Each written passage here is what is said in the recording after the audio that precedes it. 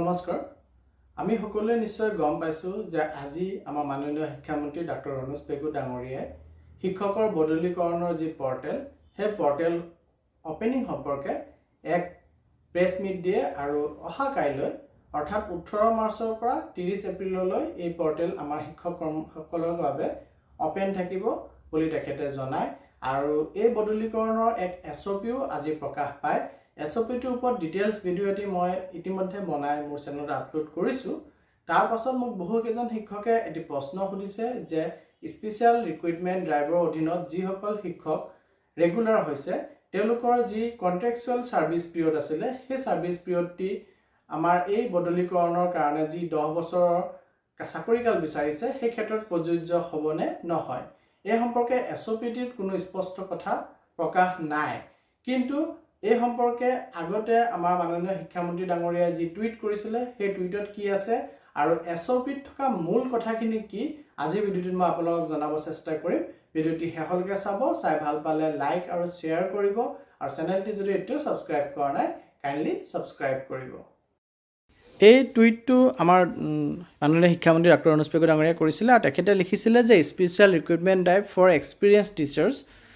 ইয়াত লিখিছে the service period of in service SSA and state pool contextual teachers shall continue to be considered for transfer purposes যে বদলীকৰণৰ ক্ষেত্ৰত consider কৰা যাব তেওঁলোকৰ যি এছএছএ বা ষ্টেট পুল কণ্টেক্সুৱেল টিচাৰ হিচাপে তেওঁলোকে যিখিনি সাৰ্ভিস পিৰিয়ড কটাই আহিছিলে even after they are appointed under the special recruitment drive তেওঁলোকে স্পেচিয়েল ৰিক্ৰুটমেণ্ট ড্ৰাইভৰ অধীনত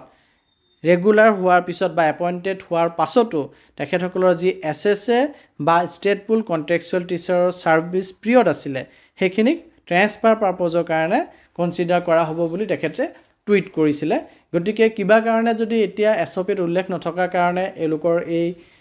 সাৰ্ভিস পিৰিয়ডটি কনচিডাৰ নকৰে তেন্তে এই টুইটটোৰ জৰিয়তে যদি নিবেদন কৰে বা বিভাগৰ লগত যোগাযোগ কৰে তেন্তে নিশ্চয় ইয়াৰ কাৰণে এটা এক্সট্ৰা সেপাৰেট নটিফিকেশন প্ৰকাশ পাব গতিকে আমাৰ যিসকল এছআৰডিৰ অধীনত আৰু কণ্ট্ৰেকচুৱেলৰ পৰা ৰেগুলাৰ হৈছিল বা ষ্টেট পুলৰ পৰা ৰেগুলাৰ হৈছিল তেওঁলোকে মন ভাঙিব নালাগে তেওঁলোকে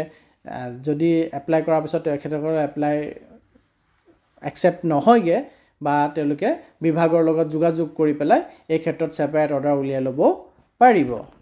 এতিয়া মই আপোনালোকৰ বাবে যি এছঅপি আছিল এছঅপি যেহেতু ইংলিছত প্ৰকাশ পাইছে গতিকে এছঅপিখন থুলমূলকৈ মই অসমীয়াত আপোনালোকৰ বাবে লৈ আহিছোঁ এছঅপিৰ মূল কথাখিনি হ'ল যে আজি সমগ্ৰ শিক্ষা অসমৰ কাহিলীপাৰাস্থিত কাৰ্যালয় সভাগৃহত আনুষ্ঠানিকভাৱে শিক্ষক শিক্ষয়িত্ৰীসকলৰ বদলীকৰণৰ আবেদন প্ৰক্ৰিয়া পুনৰ মুকলি কৰে শিক্ষামন্ত্ৰী ডক্টৰ অনুজ পেগুৱে মুকলি কৰে শিক্ষকৰ বদলীকৰণৰ পৰ্টেল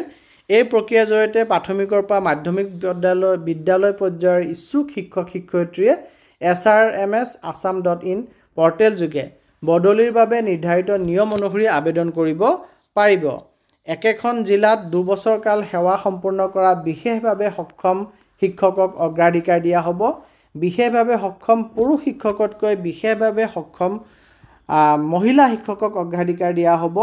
একেখন জিলাত 10 বছৰ বা তাতকৈ অধিক সময় সেৱা আগবঢ়োৱা শিক্ষকক অগ্ৰাধিকাৰ দিয়া হ'ব 10 বছৰৰ ঊৰ্ধ্বত অধিক সময় সেৱা থকা শিক্ষকসকলক কম সময়ৰ সেৱাৰ তুলনাত অগ্ৰাধিকাৰ দিয়া হ'ব একে পৰিস্থিতিৰ পুৰুষ শিক্ষকতকৈ একে স্থানতে 10 বছৰীয়া সেৱা সম্পূৰ্ণ কৰা এগৰাকী মহিলা শিক্ষকক অগ্ৰাধিকাৰ দিয়া হ'ব বিধৱা শিক্ষয়িত্ৰীক অগ্ৰাধিকাৰ দিয়া হ'ব এই বদলীকৰণৰ ক্ষেত্ৰত গুৰুতৰ ৰোগত আক্ৰান্ত পুৰুষ শিক্ষকতকৈ মহিলা শিক্ষকক অগ্ৰাধিকাৰ দিয়া হ'ব সন্তান স্বামী পিতৃ মাতৃ আৰু শহুৰেককে ধৰি পৰিয়ালৰ লোক যদি গুৰুতৰ ৰোগত আক্ৰান্ত পুৰুষ শিক্ষকতকৈ মহিলা শিক্ষকক অগ্ৰাধিকাৰ দিয়া হ'ব দুৰ্গম অঞ্চলৰ বিদ্যালয়ত সেৱা আগবঢ়োৱা পুৰুষ শিক্ষকতকৈ শিক্ষয়িত্ৰীক অগ্ৰাধিকাৰ দিয়া হ'ব চৰকাৰী খণ্ডত সেৱা আগবঢ়োৱা স্বামীৰ পদবীৰ স্থান বা নিকটতম স্থানলৈ বদলিৰ বাবে পুৰুষ শিক্ষকতকৈ শিক্ষয়িত্ৰীক অগ্ৰাধিকাৰ দিয়া হ'ব কনিষ্ঠ শিক্ষকতকৈ জ্যেষ্ঠ শিক্ষকক অগ্ৰাধিকাৰ দিয়া হ'ব অগ্ৰাধিকাৰৰ ক্ৰম নিৰ্ধাৰণ কৰাৰ সময়ত সেৱাৰ জ্যেষ্ঠতা তাৰ পিছত শিক্ষকৰ বয়সৰ জ্যেষ্ঠতা লক্ষ্য কৰা হ'ব শিক্ষকৰ পাৰস্পৰিক বদলিৰ ক্ষেত্ৰত শিক্ষকৰ শ্ৰেণী আৰু আবেদনকাৰীৰ বিদ্যালয়ত শিক্ষাৰ মাধ্যম বা দুয়োজন আবেদনকাৰীৰ শিক্ষকৰ L1 একে হ'ব লাগিব শিক্ষাৰ মাধ্যম বা ভাষাৰ মিল নোহোৱা বিদ্যালয়ত নিযুক্তি পোৱা শিক্ষকক সেই জিলাত 10 বছৰীয়া সেৱা সম্পূৰ্ণ কৰাৰ প্ৰয়োজনীয়তা পূৰণ নকৰাকৈয়ে বদলি কৰা হ'ব। এবাৰ শিক্ষকক বদলি হ'লে পাৰস্পৰিক বা একক মাধ্যমৰ যিয়েৰে নহওক এবাৰ যদি তেখেতৰ বদলি হয় তেওঁক কমেও 2 বছৰলৈ বদলি নকৰিব পাৰে বিভাগে। বদলিৰ বাবে আবেদন কৰা শিক্ষকক তেখেতে জিলাভিত্তিক বদলি হওক বা আন্তঃজিলা বদলিয়ে হওক যদি তেখেতৰ আবেদন নিষ্পত্তি নোহোৱালৈকে তেখেতক ৰেচনেলাইজেশ্যনৰ অধীনত অইন বিদ্যালয়লৈ ট্ৰেন্সফাৰ কৰি দিয়াটো উচিত নহয়। বছৰ বছৰ ধৰি 10 বছৰ কমেও ঘৰৰ পৰা আঁতৰত দুৰ্গম অঞ্চলত চাকৰি কৰা শিক্ষকসকলক আন্তঃজিলা বদলিৰ বাবে বিবেচনা কৰা হ'ব। বিশেষ আৰু সঘনাই চিকিৎসা সেৱাৰ প্ৰয়োজন হোৱা গুৰুতৰ ৰোগত আক্ৰান্ত আৰু যাৰ অৱস্থা জীৱন সংকটজনক তেনে শিক্ষক তেওঁলোকৰ পত্নী আৰু সন্তানে সেই জিলাত 10 বছৰীয়া সেৱা সম্পূৰ্ণ নকৰাকৈয়ে তেওঁলোকৰ বদলিৰ বিষয়টো SLCয়ে বিবেচনা কৰিব পাৰে। মাধ্যমিক বিদ্যালয়ৰ বাবে সামগ্ৰিক PTR ছাত্ৰ ছাত্ৰীৰ অনুপাত 40:1 40:1 হ'লেও বিষয়ভিত্তিক এই অনুপাত বিবেচনা কৰা উচিত। প্ৰতিটো বিষয়ৰ বাবে ৰেচনেলাইজেশ্যন বদলিৰ বাবে জিলা PTRৰ প্ৰতি লক্ষ্য ৰাখিব লাগে। উচ্চ প্ৰাথমিক বিদ্যালয়ৰ ক্ষেত্ৰত কোনো একক বিষয়ৰ শিক্ষক অৰ্থাৎ বিজ্ঞান, গণিত, স্নাতক শিক্ষক, হিন্দী শিক্ষক, ধ্ৰুপদী শিক্ষক, সংস্কৃত, আৰবী আদি একক বদলিৰ বাবে বিবেচিত নহ'ব। ভাৰপ্ৰাপ্ত অধ্যক্ষ প্ৰধান শিক্ষকৰ নিযুক্তি কৰ্তৃপক্ষৰ অনুমোদন অবিহনে বদলি নহ'ব। চাহ জনজাতি সম্প্ৰদায়ৰ শিক্ষকসকলক যদি চাহ বাগিচা অঞ্চলৰ কোনো বিদ্যালয়ত সেৱা আগবঢ়াই আছে তেন্তে বদলি নহ'ব।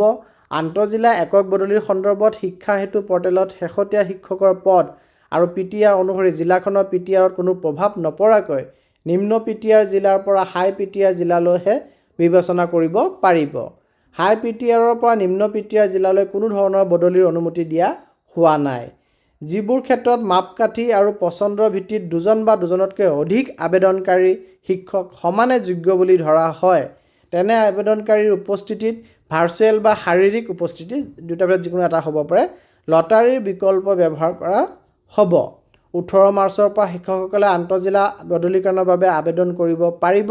আৰু আবেদনৰ অন্তিম সময়সীমা হ'ল 30 এপ্ৰিল। গ্ৰীষ্ম বন্ধৰ সময়ত সম্পূৰ্ণ হ'ব শিক্ষক বদলীকৰণৰ সম্পূৰ্ণ প্ৰক্ৰিয়া। ধন্যবাদ।